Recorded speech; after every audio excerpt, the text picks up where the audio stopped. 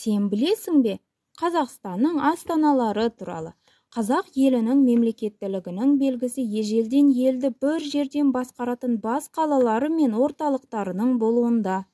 Бұл қалалардың саяси экономикалық, әскери шаруашылық, сауда, ең бастысы ел басқаруда маңызы зор. Орынбор, тұңғыш астана. 1920 жылы Қазақстан Ресейдің құрамындағы автономиялы республика болып құрылды. Орынбор бас қала болып жарияланды. 1925 жылы наурыз айында Қазақстанның астанасы Орынбордан Қызылордаға көшті. Ақмешіт бекеті қазіргі Қызылорда қаласы Астана болды. 1929 жылы Қазақстан астанасы Қызылордадан Алматыға көшіп келді.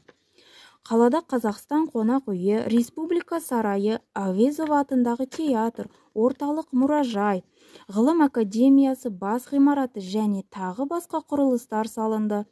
1997 жылы саяси экономикалық халықаралық жағдайларға байланысты республиканың бас қаласы қазақ жерінің кіндік ортасы Ақмолаға көшірілді. Ол Еуразия құрлығындағы әйгілі қала болмақ.